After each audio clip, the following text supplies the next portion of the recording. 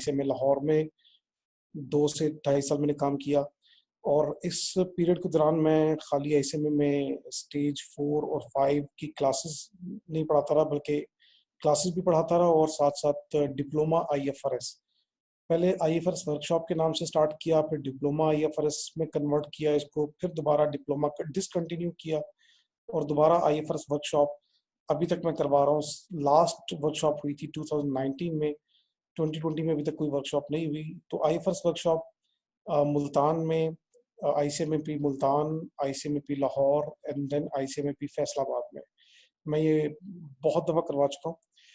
और जब diploma IFRS था तो मैं लीड ट्रेनर था ICMA में, और इसके अलावा पिकफा में करवा रहा हूँ, और इसके अलावा ICAP के साथ और कुछ इंटरनेशनल ऑर्गेनाइजेशन है RMC और BCTCI, Bangkok corporate trainer international, उनके साथ मैं ये काम कर रहा हूँ, जिसमें Thailand, Dubai, Tajikistan, Uzbekistan, Kazakhstan, Turkey और मलेशिया, इन कंट्रीज के अंदर मैं इन IFRS की ट्रेनिंग करवा चुका हूँ, और फाइनेंशियल मैनेजमेंट और ऑडिट की ट्रेनिंग भी मैं करवा चुका हूँ। लेकिन मेरा मेन कोर एरिया जो है वो IFRS है। इसके अलावा ICMA के अलावा मेरा जो कनेक्शन है वो स्कैन्स के साथ है, वो भी तकरीबन 11 साल से है, और स्कैन्स फैसलाबाद में इस वक्त करंटली मैं प्रिंसिपल के तौर पे भी काम कर रहा हूँ और टीचर भी हूँ। मेन सब्जेक्ट मेरे वही फाइनेंशियल अकाउंटिंग एंड रिपोर्टिंग है। तो ये मेरा ब्रीफ सा प्रोफाइल है। टीचिंग के अलावा मैं मतलब एजुकेशन के कुछ और सेक्टर्स हैं जिनमें सर्व करता हूँ। फॉर एग्जांपल मैं बुक्स का कंपाइलर हूँ, मैंने कैपलाइन के साथ काम किया, अमाल वुल्फ के साथ काम किया, और करंटली मेरी अपनी 4 बुक हैं जिसका 7th एडिशन मार्केट में अवेलेबल है। पाकिस्तान के तकरीबन हर बड़े शहर में, कराची, लाहौर, इस्लामाबाद, मुल्तान, फैसलाबाद में ये स्टॉक अवेलेबल होता है। CA के लिए मेनली मेरी जो अपनी बुक्स हैं वो CA के लिए हैं, लेकिन जो कैपलाइन और अमाल वुल्फ के साथ जो मैंने काम किया वो मल्टीपल कोर्सेज के लिए हैं। तो ये मेरा बुक राइटिंग के हवाले से और कंपाइलर के हवाले से मेरा इंट्रोडक्शन था। तो AFACR भी तकरीबन 2011 से मैं पढ़ा रहा हूँ, तो इसमें भी बड़े स्टेजेस आए जहाँ पे सिलेबस में बहुत सारी वेरिएशन आई। मैं अब जब सिलेबस आपके साथ डिस्कस करूंगा तो मैं ये बताऊंगा कि सिलेबस में क्या क्या वेरिएशन इस पेपर के अंदर आई हैं, AFACR के अंदर।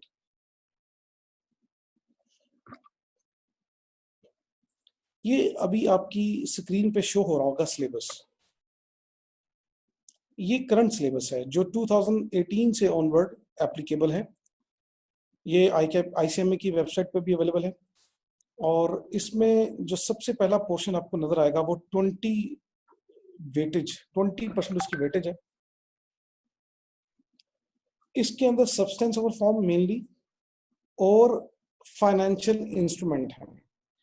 फाइनेंशियल इंस्ट्रूमेंट से रिलेटेड हम डिस्कस करेंगे IAS 32, IFRS 7 और IFRS 9।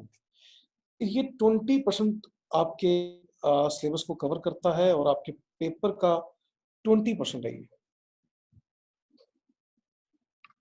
इसके अंदर 2 और एरिया आपको नजर आ रहे हैं, एम्प्लॉय बेनिफिट IAS 19 और शेयर बेस्ड पेमेंट IFRS 2।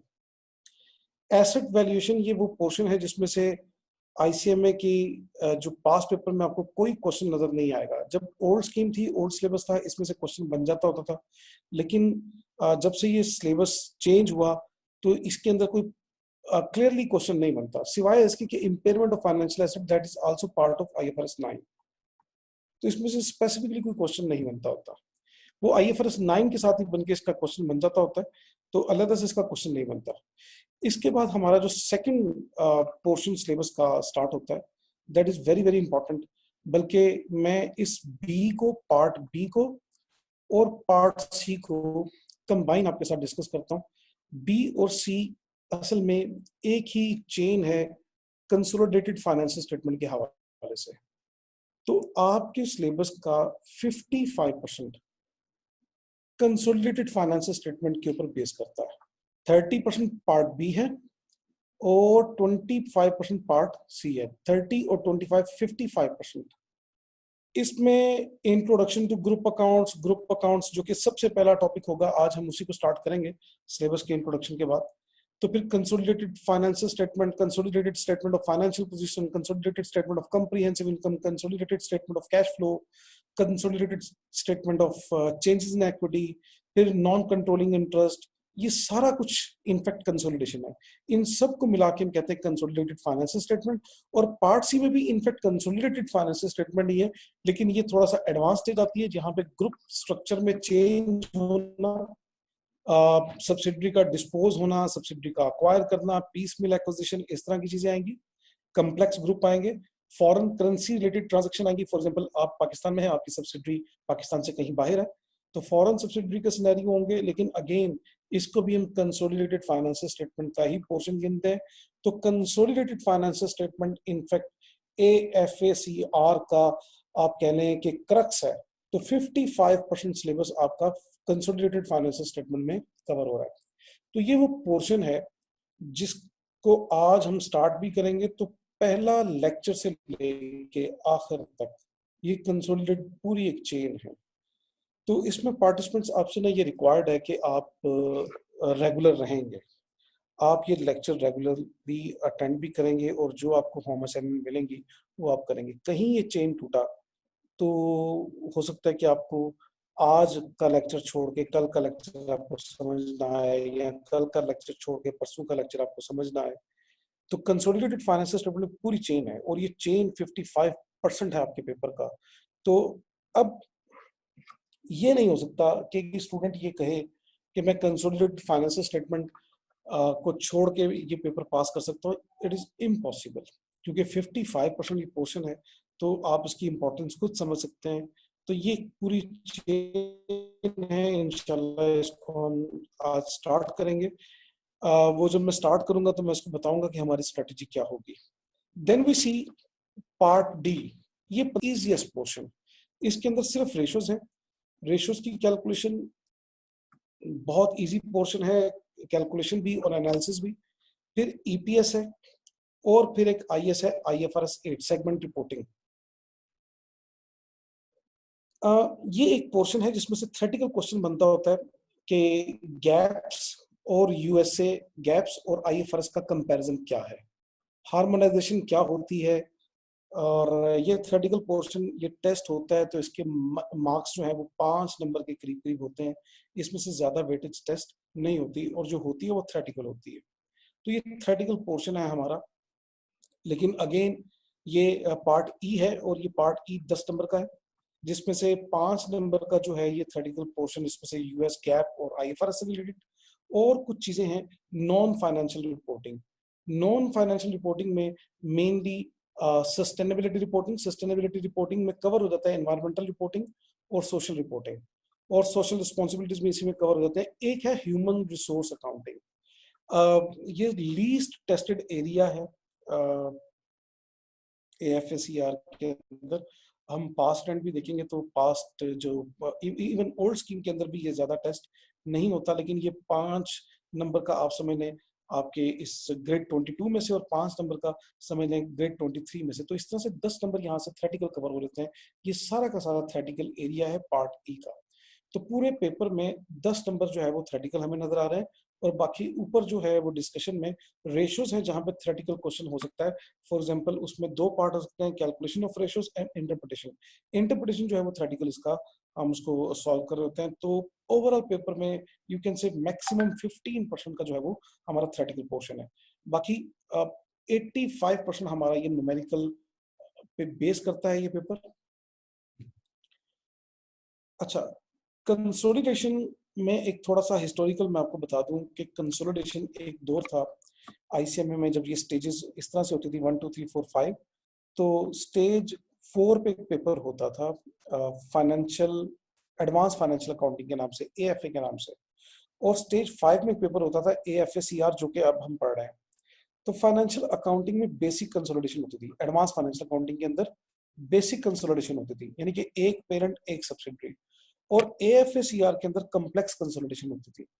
ये बात करना इसलिए जरूरी है कि जब आप ज्यादा पास पेपर देखेंगे, यानी कि थोड़ा सा ज्यादा पीछे जाएंगे 2015 से पीछे, तो आपको कंसोलिडेशन के कुछ क्वेश्चन स्टेज 4 के पेपर एएफए में मिलेंगे और कुछ क्वेश्चन एएफए-सीआर में मिलेंगे। लेकिन फिर ये बाद में कंसोलिडेशन वहां से खत्म करके ये पेपर मर्ज कर दिया गया, एएफए-सीआर के अंदर अब सारी कंसोलिडेशन आ गई है। तो मेरी एक्सपेक्टेशन ये है कि इस वक्त आप मेजोरिटी स्टूडेंट ने कंसोलिडेशन पहले नहीं पढ़ी होगी, ठीक है। वो मतलब एक जो पुरानी स्कीम से कुछ स्टूडेंट होते हैं जिन्होंने ओल्ड एएफए पढ़ा होता है, उन्होंने बेसिक कंसोलिडेशन पढ़ी होती है। लेकिन अगर कोई आप में से ऐसा स्टूडेंट होगा भी तो बहुत पहले कंसोलिडेशन ये पढ़ चुका होगा। तो एक्सपेक्टेशन यही है कि सारे अभी न्यू स्कीम वाले होंगे और न्यू स्कीम के अंदर कंसोलिडेशन आपने इससे पहले नहीं पढ़ी होगी एएफए-सीआर से पहले। ठीक हो गया। तो ये सिलेबस का इंट्रोडक्शन था। कोई डिस्कशन आप सिलेबस के हवाले से करना चाहते हो तो यू आर मोस्ट वेलकम। कोई क्वेश्चन आपके माइंड में हो तो आप पूछ सकते हैं। फिर बाकायदा तौर पे हम अपना पहला topic consolidated financial statement start करेंगे।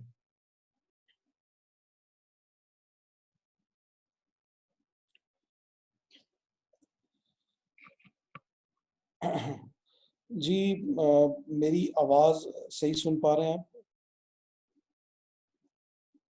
एक पार्टिसिपेंट का फीडबैक है कि मेरी आवाज में डिस्टॉर्शन है। प्लीज रिस्पॉन्ड कि मेरी आवाज बाकियों को सही सुनाई दे रही है।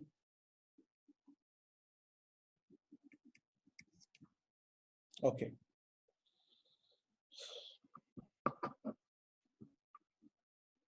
Okay, thank you, thank you, thank you.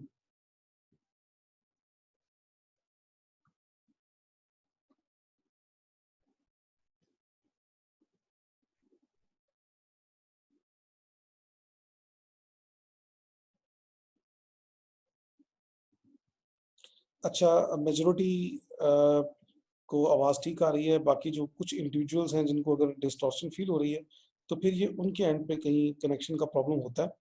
क्योंकि अगर मेजोरिटी को जब आवाज़ ठीक जा रही है तो इसका मतलब है कि कहीं प्रेजेंटर के पॉइंट ऑफ व्यू से कोई मसला नहीं है, वो मसला फिर पार्टिसिपेंट के पॉइंट ऑफ व्यू से है।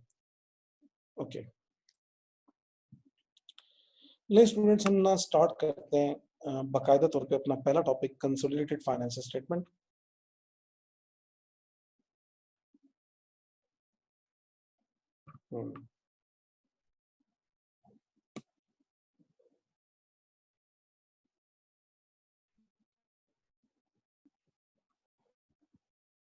ओके, ठीक है जी, मैं आपके साथ साथ कमेंट्स देख रहा हूँ। कुछ इंडिविजुअल को प्रॉब्लम आ रहा है तो प्लीज वो रिकनेक्ट करें, चेक करें अपने कनेक्शन को। कोई क्वेश्चन सिलेबस के हवाले से कोई डिस्कस करना चाहें तो बताएं, नहीं तो आगे चलें।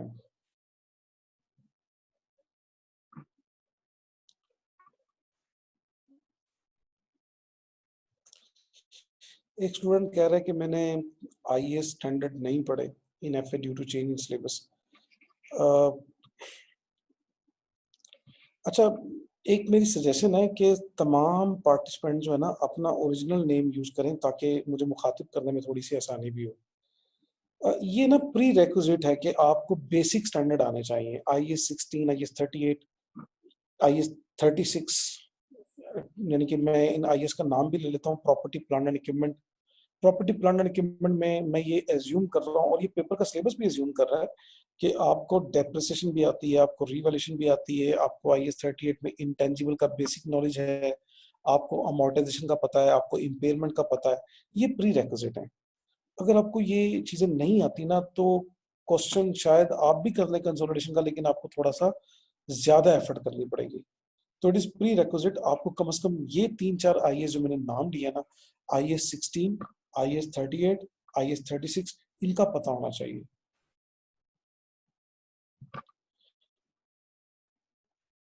ठीक हो गया। तो मेरा ख्याल मैं तो ये एक्सपेक्ट कर सकता हूँ कि आपने आईएएस 16 और अच्छा जी, एक मुहावरा का क्वेश्चन है, I have audited studied financial accounting from old scheme and have not studied AFA। हाँ नहीं, मेजोरिटी ने एफए ही पढ़ा हुआ है, मेजोरिटी ने एफए नहीं पढ़ा हुआ, मैं ये बात कर चुका हूँ। So I have not studied standard. नहीं, ये हो नहीं सकता कि आपने स्टैंडर्ड ना पढ़े हो।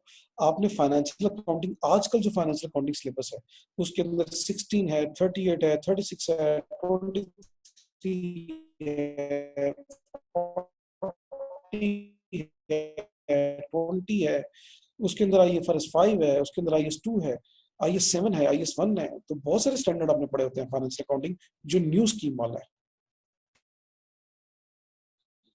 अच्छा, आप कह रही हैं कि आपने फाइनेंशियल अकाउंटिंग पढ़ा ओल्ड स्कीम से, आपने IS 6 आप कर जाएंगी, ये कवर कर सकती हैं आप। लेकिन अगर नहीं पढ़े तो फिर उसके अलग से मैं आपको नोट्स प्रोवाइड कर देता हूँ। अनफॉर्चुनेटली AFA के सिलेबस का पार्ट IS 16 नहीं है, IS 38, IS 36 नहीं है, क्योंकि AFA CR का सिलेबस आपसे ये एक्सपेक्ट करता है कि आपको ये स्टैंडर्ड ऑलरेडी आते हैं। और अगर किसी को नहीं आते तो फिर मैं स्टैंडर्ड के नोट्स आपके साथ शेयर कर दूंगा, उनको आप गो थ्रू करें। और जहां पे कोई प्रॉब्लम हो वहां आप मुझसे डिस्कस कर सकते हैं प्राइवेटली, क्लास के अलावा भी। ठीक है, मुझसे व्हाट्सएप पे आप डिस्कस कर सकते हैं, मुझसे फोन पे आप डिस्कस कर सकते हैं। लेकिन ये दोनों तीनों स्टूडेंट एक दफा मुझे ये जवाब दें कि क्या IS 16, 30 और 36, या ये अगर IS के नाम भी नहीं आते तो कम से कम ये जवाब दे दें कि क्या डेप्रिसिएशन, इम्पेयरमेंट, रीवैल्यूएशन, अमोर्टाइजेशन, इन चीजों के मतलब पता है आपको? ये कभी आपने कैलकुलेट किए? अच्छा, इसी तरह एक आयशा का क्वेश्चन है कि बेसिक IFRS भी डिस्कस कर लें कोई टॉपिक स्टार्ट करने से पहले। आयशा, हमारा सिलेबस ऑलरेडी बड़ा लेंथी है और उसके लिए जो डिफाइंड टाइम है वो बड़ा लिमिटेड है। तो ये पॉसिबल नहीं है कि हम अपने सिलेबस को छोड़ के पहले हम AFA या फाइनेंशियल अकाउंटिंग के IS पढ़ना शुरू कर दें। हमारे पास तो टाइम इतना लिमिटेड होगा कि हम इसी अपने सिलेबस को अच्छे तरीके से कवर कर लें तो हमारे लिए चैलेंजिंग होगा। तो हाँ, मैं आपके साथ नोट्स जरूर शेयर कर देता हूँ जो बेसिक IS हैं, जो कंसोलिडेशन पढ़ने से पहले प्री रिक्विजिट हैं कि आपको आने चाहिए, उनके नोट्स मैं आपके साथ शेयर कर दूंगा। इंडिविजुअली अगर आप मुझसे डिस्कस करना चाहेंगे प्रॉब्लम तो डिस्कस कर सकेंगे आप मुझसे।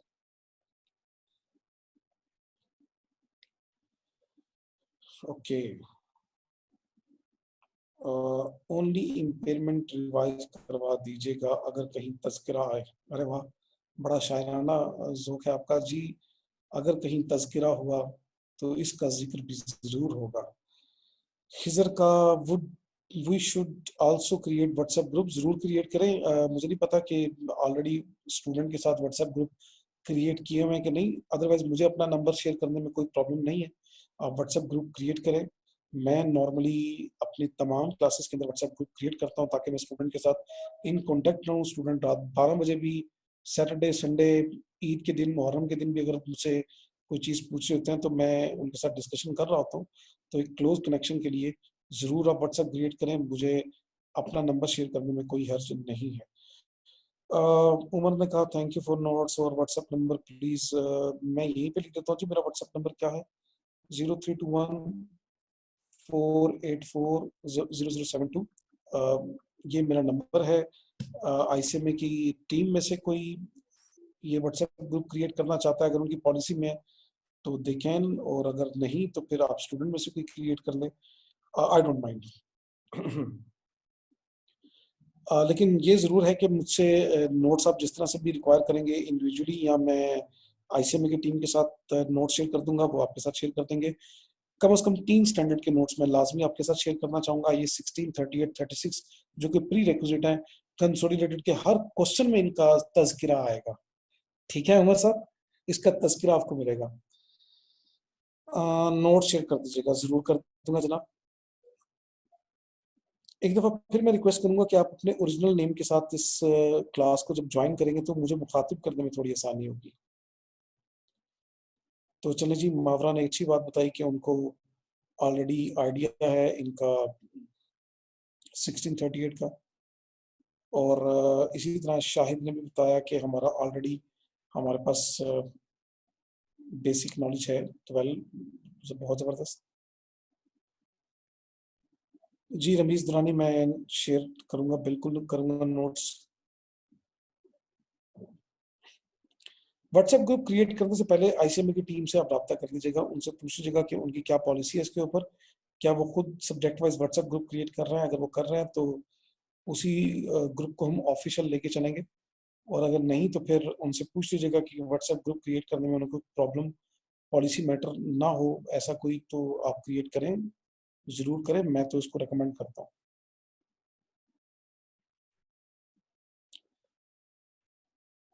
ठीक है, मैं थोड़ा सा चैट पढ़ रहा हूँ, बाकी स्टूडेंट्स का भी अगर कोई क्वेश्चन है तो मैं। प्रैक्टिस मटेरियल भी काइंडली प्रोवाइड कीजिएगा जनाब। प्रैक्टिस मटेरियल के बगैर आपने सोच कैसे लिया कि हम AFSCR पढ़ेंगे? बिल्कुल प्रैक्टिस मटेरियल साथ साथ आपको चैप्टर वाइज नोट्स शेयर होंगे। हम कंसोलिडेशन के एटलीस्ट 40 से 50 क्वेश्चन करेंगे, इतने क्वेश्चन करेंगे कि आप थक जाएंगे उस पर, आपकी बस हो जाएगी।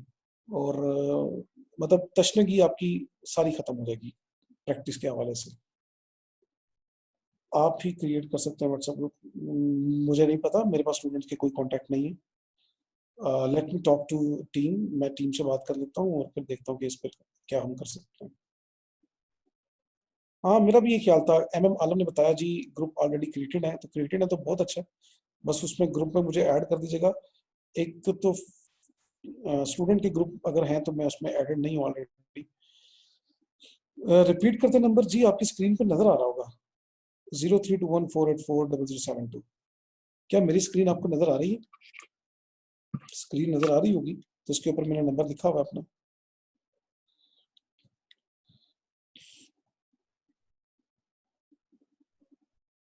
चलें जी, ले जी, मेरा ख्याल है और किसी का कोई क्वेश्चन नहीं है तो बाकायदा तौर पे हम स्टार्ट करने जा रहे हैं अपने टॉपिक को, कंसोलिडेटेड फाइनेंशियल स्टेटमेंट।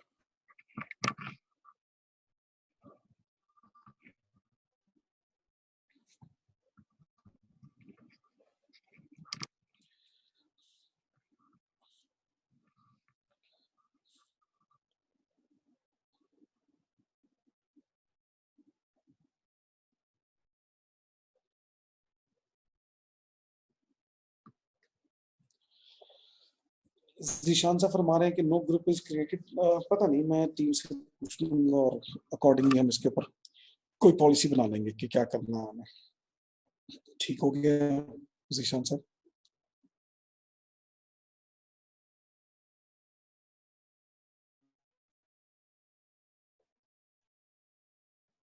चलें जी, और अगर कोई डिस्कशन नहीं है तो let me start the topic.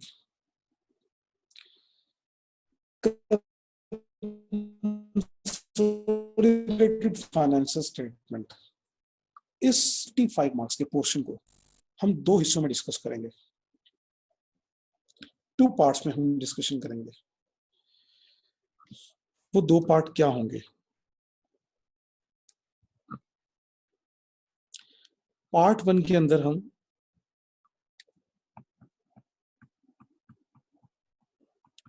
हम बेसिक कंसोलिडेशन पढ़ेंगे।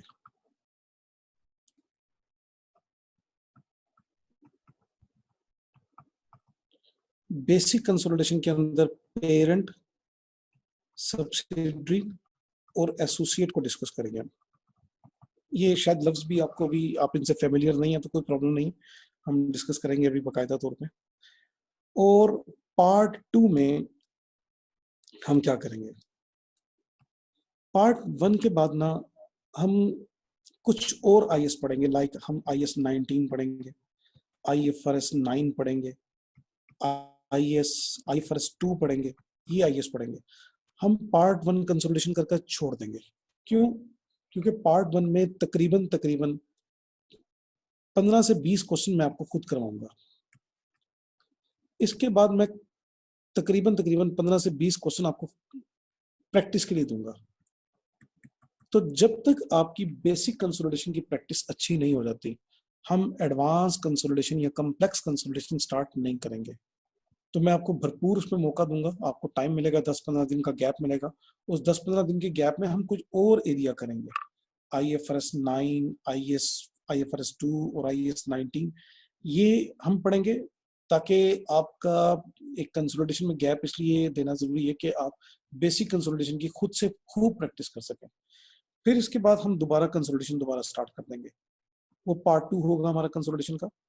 इस पार्ट टू में हम बात करेंगे कम्प्लेक्स कंसोलिडेशन की।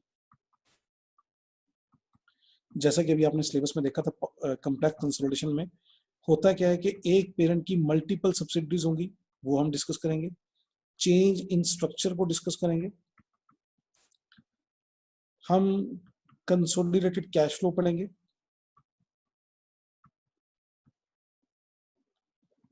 और हम फॉरेन कंसोलिडेशन पढ़ेंगे। ये सारा कुछ हम पढ़ेंगे पार्ट टू के अंदर। और इस पार्ट 2 के अंदर अगेन मैं आपको तकरीबन 8 से 10 क्वेश्चन करवाऊंगा, शायद ज्यादा 12 क्वेश्चन करवाऊंगा। फिर इसके ऊपर आपको मैं 10 से 15 क्वेश्चन प्रैक्टिस में दूंगा। ये ओवरऑल 50 से ऊपर क्वेश्चन बन जाएंगे कंसोलिडेशन के। लेकिन पार्ट 2 से पहले पार्ट ए या पार्ट 1 की आपकी प्रैक्टिस इतनी अच्छी होनी चाहिए कि आपको पार्ट 2 में कोई दुश्वारी या मुश्किल पेश ना आए। ये प्री रेक्विजिट है। आपको बेसिक कंसोलिडेशन जब तक नहीं आती, आपको कॉम्प्लेक्स कंसोलिडेशन नहीं आ सकती। तो मैं एक ही गो के अंदर 55 नंबर की कंसोलिडेशन, यानी कि सारी कंसोलिडेशन आपको नहीं करवाना चाहता। तो कंसोलिडेशन को 2 टुकड़ों में करवाऊंगा। पहले टुकड़े में हम पहले पार्ट के अंदर हम कंसोलिडेशन को अंडरस्टैंड करने के बाद उसकी बेसिक प्रैक्टिस में खूब जब हम प्रैक्टिस कर चुके होंगे, 10 15 20 क्वेश्चन खुद से कर चुके होंगे, फिर उसके बाद हम कॉम्प्लेक्स कंसोलिडेशन पे आएंगे। जब हमें बेसिक कंसोलिडेशन के अंदर कोई कंफ्यूजन या प्रॉब्लम नहीं होगा, तब हम कॉम्प्लेक्स कंसोलिडेशन पे आएंगे, बड़ी बड़ी आसानी होगी। ठीक है, इसके बाद हम फिर रिमेनिंग एरियाज जो हमारे सिलेबस के रह जाएंगे वो हम डिस्कस करेंगे। तो ये हमारी स्ट्रेटेजी होगी।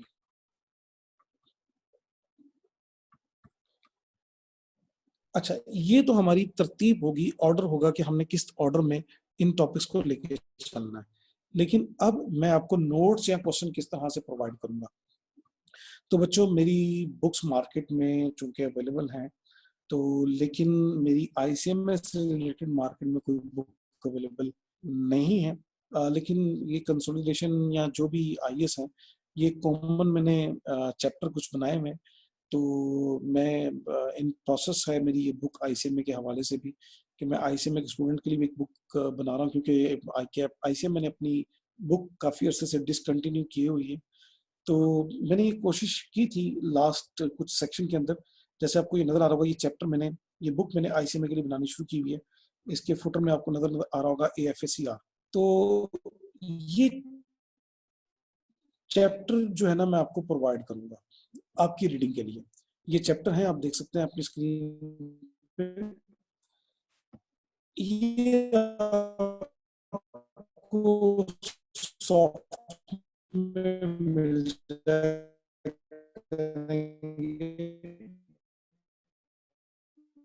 लेकिन इसके साथ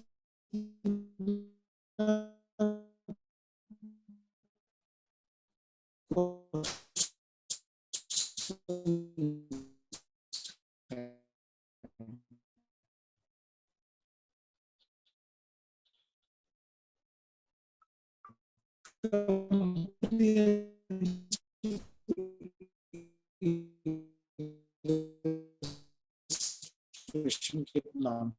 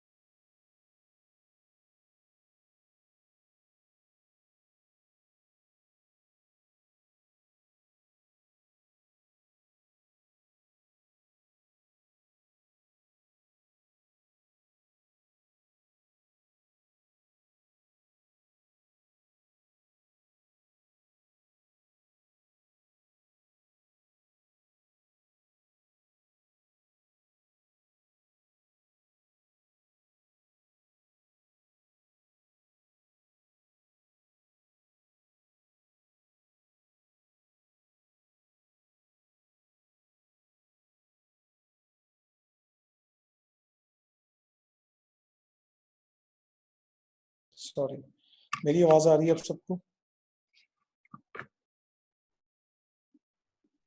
ओके।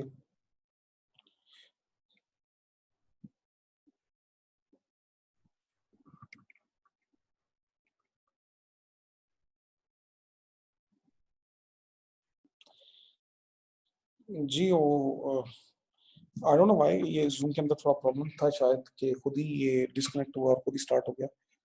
तो बहरहाल कनेक्शन का मेरी तरफ कोई प्रॉब्लम नहीं है। आई होप कि आप मुझे सब सुन पा रहे हैं आप। Okay. तो बच्चों मैं ये आपको चैप्टर वाइज नोट्स प्रोवाइड करूंगा, जिसके अंदर रीडिंग मटेरियल भी है और प्रैक्टिस भी है और क्लास क्वेश्चन भी है, सब कुछ इसके अंदर मौजूद होगा। और ये चैप्टर से पढ़ लेना आपके एग्जाम पर्पस के लिए काफी है। प्लस इसके साथ हम ऐड करेंगे पास पेपर। आईसीएमई की वेबसाइट पे जो पास पेपर अवेलेबल हैं वो हम इंशाल्लाह करेंगे।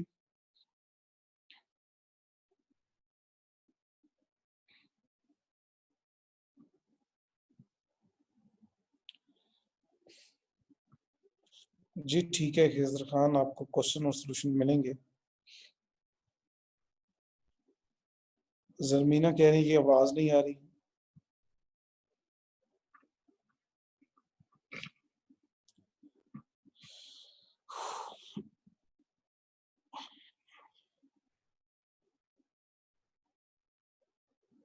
अच्छा, हमें ना कुछ डिसिप्लिन बना लेने चाहिए।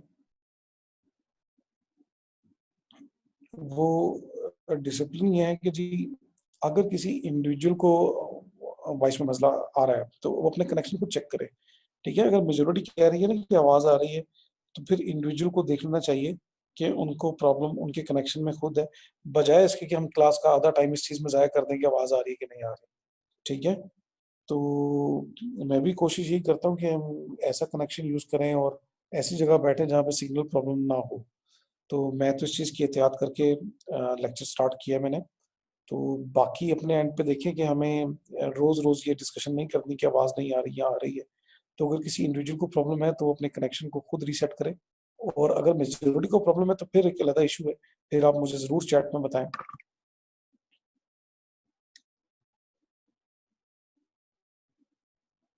ओके। ओके जरमीना, ठीक है जी, हम स्टार्ट करने जा रहे हैं जी अपने टॉपिक को। ये चैप्टर वाइज मैं आपको नोट्स प्रोवाइड कर दूंगा। अगर अभी व्हाट्सएप कोई ग्रुप बना होगा या अभी कोई चैनल मुझे मिल जाएगा कि मैंने आपको कैसे नोट्स भेजने हैं, तो ये जो स्क्रीन पे नजर आ रहे हैं चैप्टर, मैं अभी ये आपके साथ शेयर करने को तैयार हूँ। ये मैं अभी आपके साथ शेयर कर दूंगा।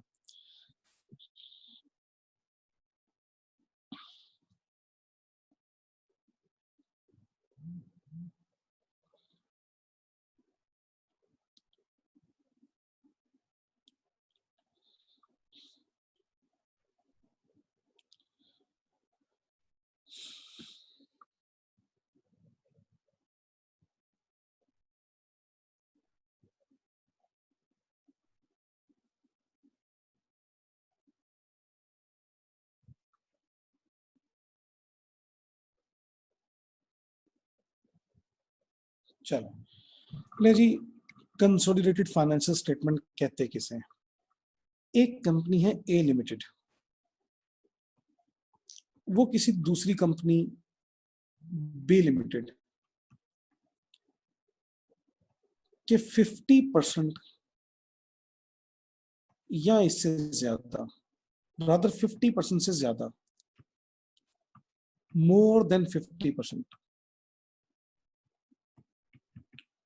वोटिंग राइट अक्वायर कर ले।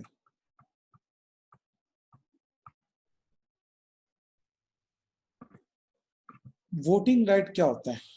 आपने लॉ में पढ़ रखा होगा कि एक शेयर के बदले में एक वोट मिलता है शेयर होल्डर को। तो जब हम ये कह रहे हैं कि 50% से ज्यादा वोटिंग राइट, तो इसका मतलब है 50% से ज्यादा ऑर्डिनरी शेयर। और यहाँ पे शेयर का मतलब ऑर्डिनरी शेयर है, क्योंकि प्रेफरेंस शेयर भी एक शेयर होता है जिसके ऊपर वोटिंग राइट नहीं होते। तो one ordinary share is equal to one vote. तो 50% से ज्यादा वोटिंग राइट किसी के पास अगर हो, तो जिसके पास होंगे उसको कहेंगे हम पेरेंट, और जिसके शेयर होंगे उसको कहा जाएगा सब्सिडरी। जिसके पास होंगे उसको कहेंगे पेरेंट, पेरेंट के लिए एक सेकंड नाम भी यूज होता है जो कि कम यूज होता है, हमें ये नाम कम कम मिलेगा क्वेश्चन के अंदर, लेकिन ये फिर भी ये नाम यूज होता है कुछ बुक्स के अंदर। होल्डिंग कंपनी, होल्डिंग कंपनी और पेरेंट कंपनी वो कंपनी है जिसके पास शेयर्स हैं किसी ऐसी कंपनी के, किसी दूसरी कंपनी के 50% से ज्यादा ऑर्डिनरी शेयर्स। तो ए लिमिटेड को कहा जाएगा पेरेंट या होल्डिंग, और बी लिमिटेड को कहा जाएगा सब्सिडरी। जिसके शेयर्स हैं उसको सब्सिडरी, और जिसके पास शेयर्स हैं उसको कहा जाएगा पेरेंट या होल्डिंग कंपनी। अच्छा, अब दोबारा आते हैं, वोटिंग राइट की बात हुई, शेयर्स की बात नहीं हुई थी। मोर देन 50% वोटिंग राइट होनी चाहिए, और नॉर्मल सर्कमस्टेंसेस में एक शेयर के बदले में एक वोट होता है। लेकिन समटाइम ऐसा होता है कि आप अपने वोटिंग राइट सरेंडर कर देते हैं, या कोई अपने वोटिंग राइट आपकी फेवर में सरेंडर कर दे। मतलब ऐसा हो सकता है प्रैक्टिकली कि आपके पास 30% शेयर्स हों लेकिन 60% वोटिंग राइट हो, ऐसा हो सकता है।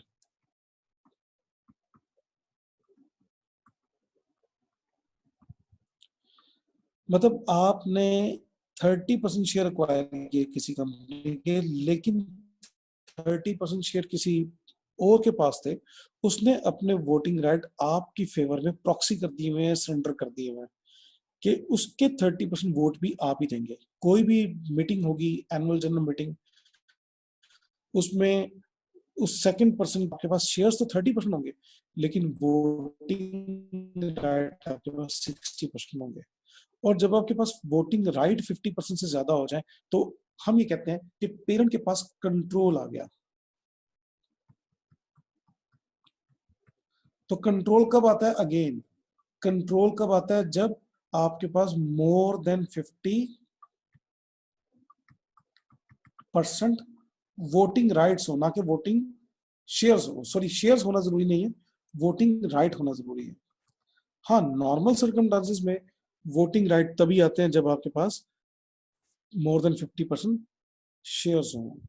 लेकिन कुछ ऐसी एग्जाम्पल हो सकती हैं, एक्सेप्शन हो सकती हैं कि आपके पास शेयर्स कम लेकिन वोटिंग राइट ज्यादा हो, और बिल्कुल इसका उलट भी हो सकता है कि आपके पास शेयर तो 60% हो लेकिन आपने वोटिंग राइट अपने सरेंडर किए हो किसी और के बिहाफ पे। तो आपके पास शेयर्स मोर देन 50% हो लेकिन वोटिंग राइट 50% से ज्यादा ना हो। तो हमें सिर्फ फोकस करना है वोटिंग राइट के ऊपर। लेकिन नॉर्मली जब भी एग्जाम क्वेश्चन आता है वहां पे एक शेयर का मतलब एक वोट ही समझा जाता है। तो जब भी आपको कहेगा कि 70% आपके पास शेयर्स है तो इसका मतलब है आपके पास 70% वोटिंग राइट्स है, 80% शेयर है तो 80% वोटिंग राइट है, 55% शेयर्स है तो 55% ही वोटिंग राइट है। यानी कि नॉर्मल सर्कमस्टांसेस में हम यही एज्यूम करेंगे कि एक शेयर के बदले में आपके पास एक वोटिंग राइट है। तो बात हो रही थी कि जी वोटिंग राइट वाले को पेरेंट कहते हैं, जिसके पास वोटिंग राइट है उसको पेरेंट कहते हैं। तो पेरेंट एक अलग कंपनी है, सब्सिडरी एक अलग कंपनी है, लेकिन इन दोनों में अब आपस में इस तरह का रिलेशन डेवलप हो गया कि बी के मोर देन 50% वोटिंग राइट अगर ए के पास है तो बी की तमाम डिसीजन मेकिंग किसके हाथ में चली गई? ए के हाथ में। ए की मर्जी के बगैर, ए लिमिटेड की मर्जी के बगैर बी लिमिटेड का कोई भी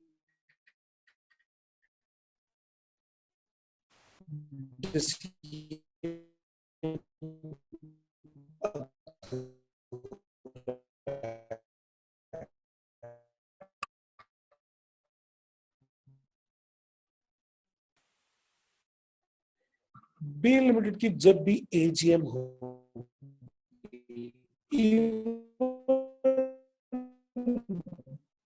बोर्ड ऑफ डायरेक्टर का जब इलेक्शन होगा तो वहां पे डायरेक्टली आप हर डे डिसीजन प्रिवेल करेगा। सब्सिडरी यानी कि बी लिमिटेड का कोई डिसीजन ए लिमिटेड की मर्जी के बगैर हो नहीं सकता।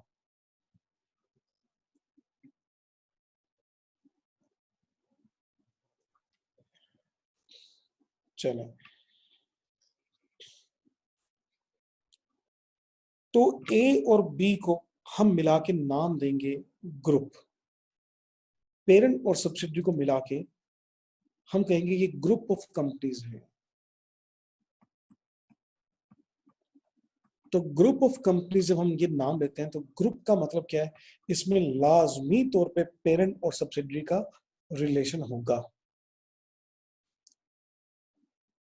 अब आईएएस 1 की बात करें तो आईएएस 1 की एक रिक्वायरमेंट है कि हर कंपनी अपनी फाइनेंशियल स्टेटमेंट बनाएगी। आईएएस 1 के रिक्वायरमेंट के बाद, रिक्वायरमेंट के मुताबिक ए लिमिटेड ने अपनी फाइनेंशियल स्टेटमेंट बनानी है, बी लिमिटेड ने अपनी फाइनेंशियल स्टेटमेंट बनानी है। ये आईएएस 1 अब करंट एफए फाइनेंशियल अकाउंटिंग का जो पेपर है उसका सिलेबस का पार्ट है। और मेजोरिटी अगर एफए न्यू स्कीम के मुताबिक करके हैं तो आईएएस 1 पढ़ा हुआ है, आप सबको पता है। चलें आईएएस 1 का जिसको नाम नहीं पता हो, सबको ये बेसिक बात तो पता है कि हर कंपनी ने अपनी अपनी फाइनेंशियल स्टेटमेंट बनानी होती है। ए लिमिटेड अपनी फाइनेंशियल स्टेटमेंट अलग बना रहा होगा, बी लिमिटेड अपनी फाइनेंशियल स्टेटमेंट अलग बना रहा होगा। लेकिन अब बीच में आता है एक नया IFRS, IFRS 10।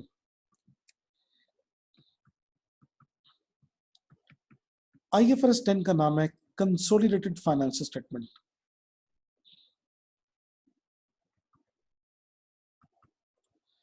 Consolidated financial statement को ग्रुप फाइनेंशियल स्टेटमेंट भी कहते हैं।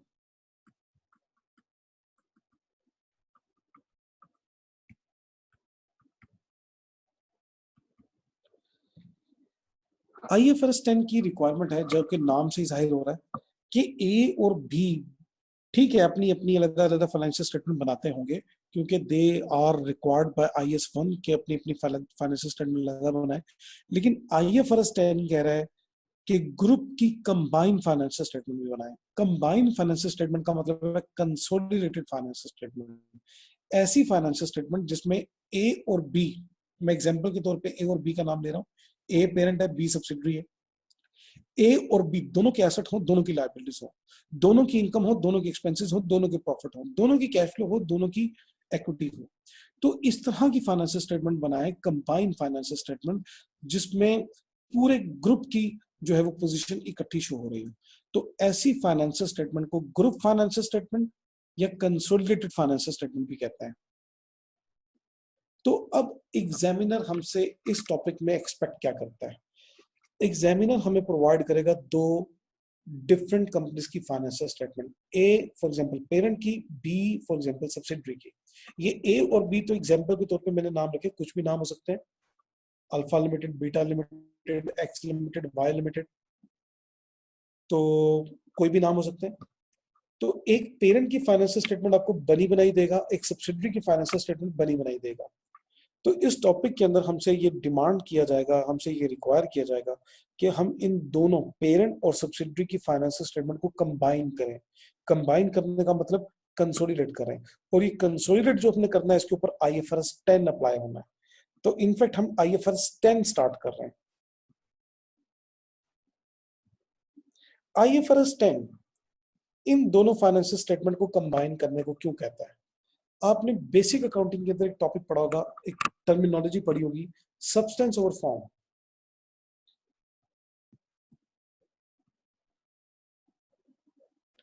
सब्सटेंस ओवर फॉर्म, ये सब्सटेंस ओवर फॉर्म क्या चीज है? एनीवन? सब्सटेंस ओवर फॉर्म को कोई एक्सप्लेन करे।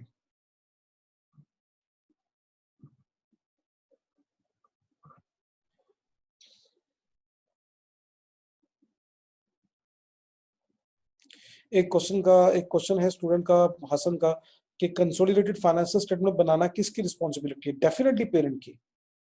अभी इसके ऊपर हम आते हैं, पेरेंट ने किस तरह से ये फाइनेंशियल स्टेटमेंट बनानी है, इसके ऊपर हम आते हैं। उमर का जवाब है जी, प्रेफर करेंगे इकोनॉमिक सब्सटेंस को ओवर लीगल फॉर्म। बिल्कुल ठीक है, हम इकोनॉमिक रियलिटी को फॉलो करते हैं, लीगल फॉर्म को फॉलो नहीं करते। लीगल फॉर्म को हम प्रायोरिटी नहीं देते, इकोनॉमिक रियलिटी को हम प्रायोरिटी देते हैं। तो यही रूल आईएफआरएस 10 पे 10 की रिक्वायरमेंट है कि वैसे लीगल फॉर्म देखी जाए ना तो ए लिमिटेड और बी लिमिटेड ये दोनों सेपरेट कंपनीज हैं। अब लीगल फॉर्म के हिसाब से देखा जाए तो ये सेपरेट कंपनीज हैं, इनकी सेपरेट सेपरेट फाइनेंशियल स्टेटमेंट बननी चाहिए, इसकी सेपरेट फाइनेंशियल स्टेटमेंट होनी चाहिए, इसकी भी सेपरेट फाइनेंशियल स्टेटमेंट होनी चाहिए।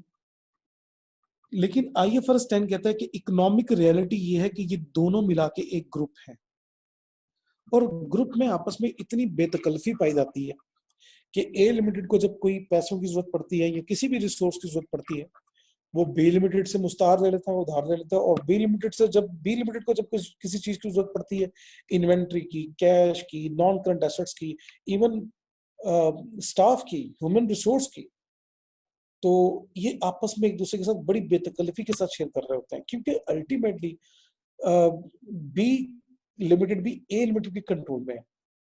तो बी लिमिटेड को पैसों की जरूरत है, ए लिमिटेड के पास एक्स्ट्रा पड़ा है तो दे दिए, इसी तरह ए लिमिटेड के पास पैसों की जरूरत है, बी लिमिटेड के पास एक्स्ट्रा पड़ा है तो ले लिए। तो ये बेतकल्लफाना ट्रांजेक्शन आपस में एग्जिस्ट करती है, बिल्कुल एक फैमिली की तरह ये आपस में ट्रांजेक्शन कर रहे होते हैं।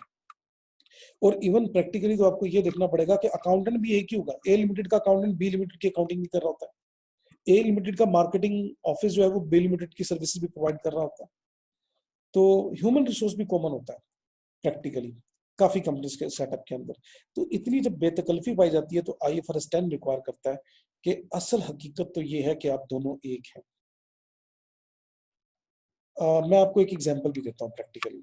एक कंपनी है एम नेट के नाम से, हो सकता है आप में से मेजोरिटी एम नेट कंपनी का नाम पहली दफा सुन रहे हो, या आपको याद ना हो कि एम नेट कौन सी कंपनी। एम नेट कंपनी अगर किसी बाहर की कंपनी, इंटरनेशनल कंपनी के साथ ट्रेड करे, कोई ट्रांजेक्शन करना चाहे, तो एम नेट की इतनी कुछ सेल्फ रिकग्निशन इतनी नहीं है। हाँ, लेकिन एम नेट जब किसी को ये बताए कि हम एमसीबी की सब्सिडरी हैं, एमसीबी की सब्सिडरी एम नेट, तो एमसीबी की एक सॉरी एम नेट की एक बड़ी वर्थ बन जाती है। तो समटाइम सब्सिडरी अपने पेरेंट के नाम से, अपने ग्रुप के नाम से जानी जा रही होती है। तो कोई बैंक इनको लोन अगर दे रहा होता है तो वो इनकी वजह से नहीं दे रहा होता। फॉर एग्जांपल एमनेट को लोन चाहिए, या एमनेट ने इंश्योरेंस करवानी है, या एमनेट ने कोई एसेट उधार पे खरीदने हैं, तो हो सकता है कोई और कंपनी इसके ऊपर रिलाय ना कर रही हो, लेकिन जब उसको ये पता चले कि एमसीबी की सब्सिडरी है तो ये रिलायबल हो जाए। तो सब्सिडरी अपने पेरेंट के नाम से जानी जा रही होती है। ठीक है, जिस तरह हमारे फैमिली स्ट्रक्चर के अंदर भी बेटा या पोता अपने दादा के नाम से जाना जा रहा होता है, अपने बाप के नाम से जाना जा रहा होता है कि ये चौधरी साहब का बरखुदार है जी, ये भट्ट साहब का बरखुदार है। तो बिल्कुल जो है बी लिमिटेड का जो है ना, समटाइम हो सकता है कि इतनी छोटी हो सब्सिडरी कि ये रिकॉग्नाइज हो अपने पेरेंट के नाम से, पेरेंट मीन ए लिमिटेड के नाम से।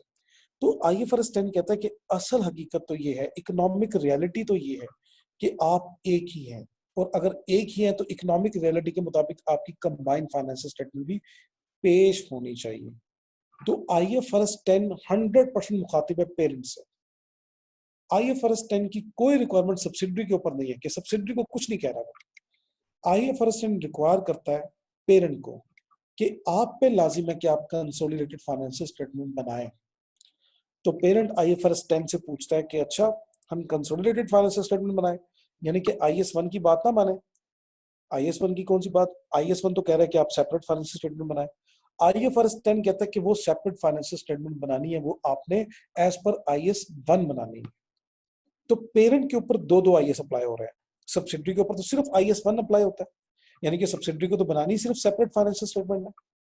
लेकिन पेरेंट बेचारा वो कंपनी है जिसके ऊपर दो दो IS अप्लाई हो रहे हैं। IS1 कहता है कि सेपरेट फाइनेंशियल स्टेटमेंट बनाए, IFRS 10 कहता है कि कंबाइंड फाइनेंशियल स्टेटमेंट बनाए। तो अल्टीमेटली पेरेंट दो दो फाइनेंशियल स्टेटमेंट बनाता है, एक सेपरेट फाइनेंशियल स्टेटमेंट जिसमें सिर्फ और सिर्फ पेरेंट के अपने एसेट, ए लिमिटेड के एसेट होंगे, ए लिमिटेड की लायबिलिटीज होंगी, ए लिमिटेड की इनकम, ए लिमिटेड के एक्सपेंसेस होंगे, सिर्फ ए लिमिटेड के रिजल्ट्स होंगे, उसमें बी लिमिटेड का कुछ लेना देना नहीं होगा। फिर ए लिमिटेड दोबारा एक फाइनेंशियल स्टेटमेंट बनाएगा जिसको कहेंगे कंसोलिडेटेड फाइनेंशियल स्टेटमेंट। तो जिसमें इंडिविजुअल रिजल्ट्स होंगे उसको कहेंगे सेपरेट फाइनेंशियल स्टेटमेंट, और जिसमें कंबाइंड रिजल्ट होंगे उसको कहेंगे ग्रुप फाइनेंशियल स्टेटमेंट या कंसोलिडेटेड फाइनेंशियल स्टेटमेंट। तो अब दोबारा एग्जाम पे आते हैं। एग्जाम सिनेरियो हमें पेरेंट की सेपरेट फाइनेंशियल स्टेटमेंट भी देगा, सब्सिडरी की सेपरेट फाइनेंशियल स्टेटमेंट भी देगा, जो कि IS1 के मुताबिक ऑलरेडी बनी होंगी। हमेशा एग्जाम क्वेश्चन इस तरह का होगा, आपको दोनों की फाइनेंशियल स्टेटमेंट प्रोवाइड की जाएंगी, पेरेंट की भी सब्सिडरी की भी, IS1 के मुताबिक वो बनी होगी और बिल्कुल ठीक बनी होंगी। हमें जो टास्क दिया जा रहा होगा IFRS 10 के पॉइंट ऑफ व्यू से, कि you are required to consolidate these two financial statement, हम उन दोनों को कंसोलिडेट कर देंगे, हमारा ये टास्क होगा। ठीक हो गया। तो ये पेरेंट की रिस्पॉन्सिबिलिटी है। स्टूडेंट ने भी क्वेश्चन पूछा था, तो पेरेंट की रिस्पॉन्सिबिलिटी है। IFRS 10 सिर्फ पेरेंट से मुखातिब है।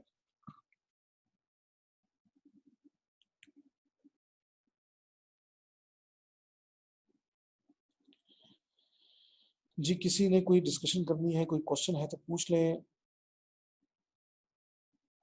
ओके,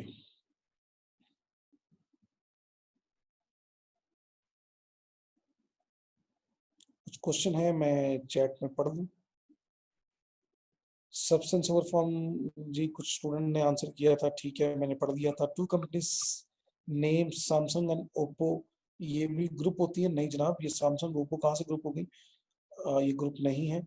लॉ और अकाउंट्स के दरमियान किसको प्रेफर किया जाता है? नहीं जरमीना, आप समझी नहीं सब्सटेंस ओवर फॉर्म का मतलब। अकाउंटिंग करते वक्त लीगल फॉर्म को इग्नोर किया जाता है, इकोनॉमिक रियलिटी को देखा जाता है। इसकी सबसे बड़ी एग्जांपल है लीज्ड एसेट। लीज एसेट की इकोनॉमिक रियलिटी ये है कि जी वो हमारा एसेट है, हमारे कब्जे में है, हमारे कंट्रोल में है। लेकिन लीगल फॉर्म ये होती है, ये बैंक के नाम होता है। तो अकाउंटिंग करते वक्त हम ये नहीं देखते कि लीगली किसके नाम है, बल्कि ये देखते हैं कि बेनिफिट कौन ले रहा है। तो बेनिफिट कौन ले रहा है, कंट्रोल किसका है, तो जिसका कंट्रोल उसका एसेट। तो हम लॉ में, लीगल फॉर्म में और इकोनॉमिक रियलिटी में अगर कभी फर्क आ जाए तो हम इकोनॉमिक रियलिटी को प्रेफर करते हैं, हम लीगल फॉर्म को इग्नोर कर देते हैं। जरमीना अगर आपके क्वेश्चन का आंसर मिल गया तो ठीक है, नहीं तो दोबारा पूछ सकती हैं अगर स्टिल कोई कंफ्यूजन है। अच्छा जी, नौरीन का एक क्वेश्चन है कि if a company has only 50% share in B and not more than 50%, तो पेरेंट वो नहीं बनेगा। पेरेंट के लिए मोर देन 50% होना जरूरी है। 50% से ज्यादा होगा तो कंट्रोल होगा, 50% एग्जैक्ट हुआ तो हम उसको ज्वाइंट वेंचर तो कह सकते हैं, ज्वाइंट अरेंजमेंट तो कह सकते हैं, जो कि IFRS 11 है, वो बाद में पढ़ेंगे।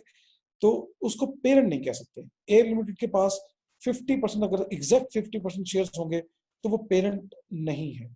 पेरेंट होने के लिए हाथ में कंट्रोल आना जरूरी है, और हाथ में कंट्रोल आने के लिए 50% से 1% भी छोड़े, 50.1 भी हो गया तब भी कंट्रोल आ गया। 50.1, एग्जैक्ट 50 पे कंट्रोल नहीं आता। 50.1% भी शेयर हो गए तो आपके पास कंट्रोल आ गया। तो कंट्रोल आना जरूरी है, और कंट्रोल 50% पे नहीं आता, मोर देन 50% पे आता है। Zeeshan, economic related to follow over legal form, ठीक है जी। एनी बुक फॉर, जनाब हसन साहब मैं आपको बता चुका हूँ बुक, ये जो मैंने अभी आपको चैप्टर दिखाया था ये बुक ही है, लेकिन ये मार्केट में अवेलेबल नहीं है अभी, चूंकि ये मैं बुक बना रहा हूँ और शायद कुछ अरसे में ये मार्केट में भी अवेलेबल हो जाए, लेकिन अभी ये चैप्टर मैं आपको सॉफ्ट में प्रोवाइड कर रहा हूँ।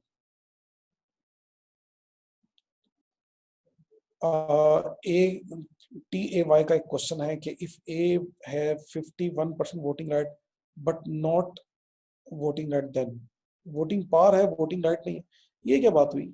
वोटिंग राइट और वोटिंग पावर में कोई फर्क होता है? कोई फर्क नहीं होता। ओके जरमीना कह रही क्लियर है, ठीक है। चलें हम अपने डिस्कशन को यहीं पे स्टॉप करेंगे।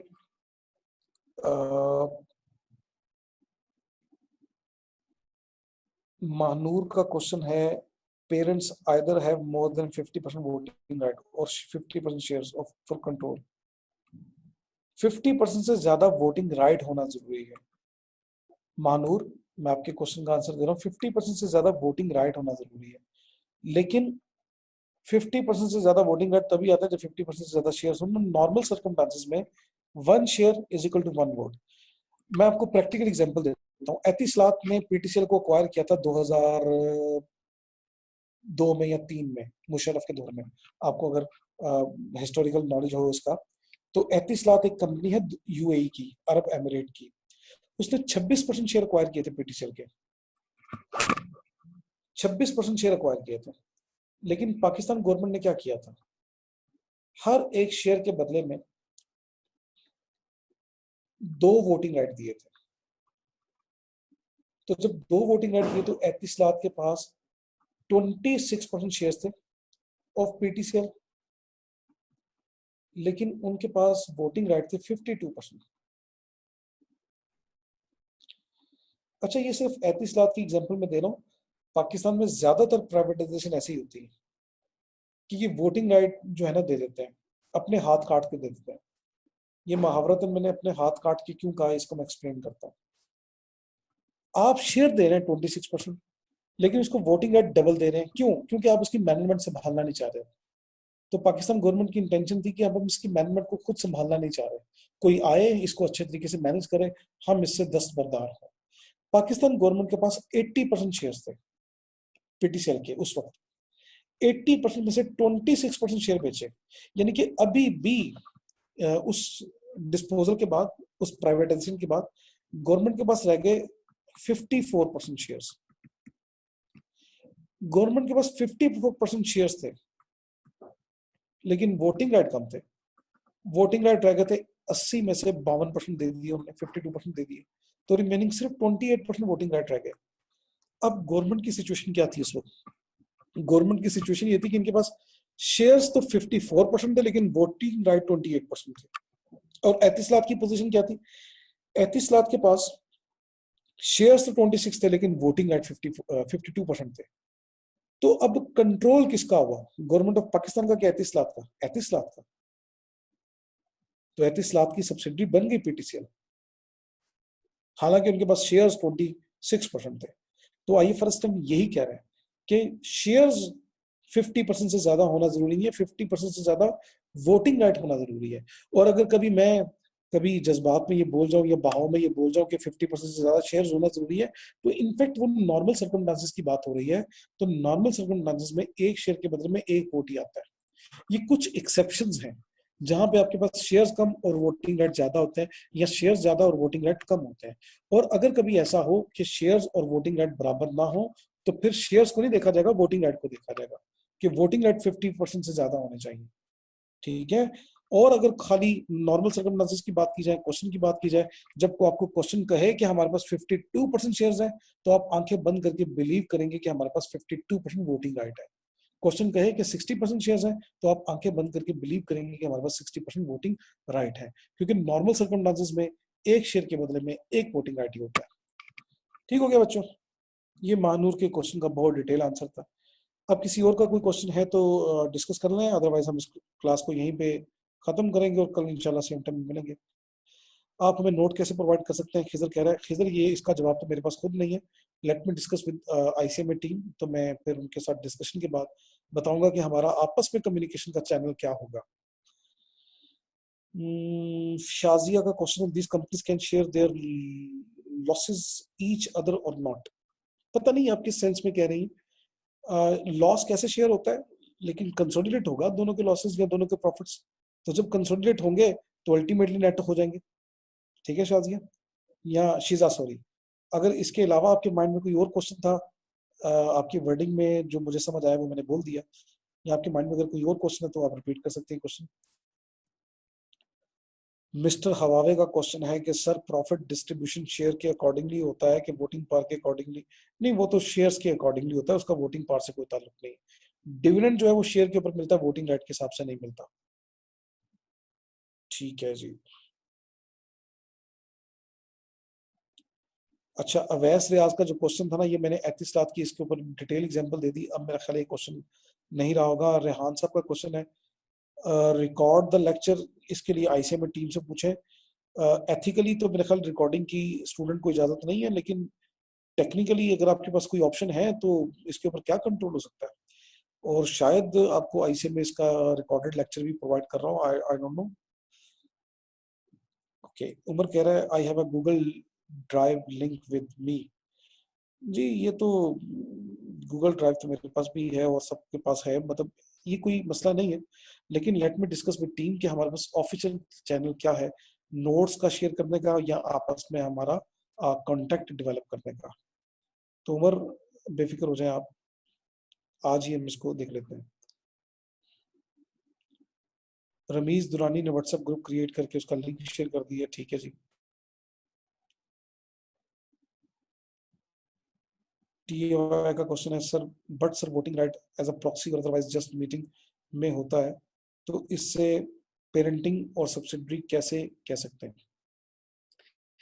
अच्छा, टीएवाई जो भी आपका नेम है, प्रॉक्सी अगर इस तरह से दी जाए कि आपस में एग्रीमेंट हुआ हो कि अब मेरे बिहाफ पे वोटिंग पावर आप ही एक्सरसाइज करेंगे, ठीक है, तो ऐसी सिचुएशन में जिसके पास वोटिंग राइट होंगे 50% से ज्यादा, उसके पास कंट्रोल आ जाएगा। वजाहत, ओके, ठीक है। ले जी, सारे क्वेश्चन मैंने कोशिश की है एड्रेस करने की। Thank you very much. कल इंशाल्लाह सेम टाइम पे मिलेंगे। हमारी क्लास का टाइम 5:30 to 6:30 था, ऑल दो कि मुझे ये टाइम थोड़ा कम लग रहा है। ये क्लास का टाइम 1.5 घंटा होना चाहिए, अदरवाइज कंसल्टेशन के पूरे पूरे क्वेश्चन करना 1 घंटे के अंदर बड़ा हमारे लिए चैलेंजिंग होगा। लेकिन देखते हैं क्या बनता है। See you tomorrow. Thank you very much and अल्लाह हाफिज।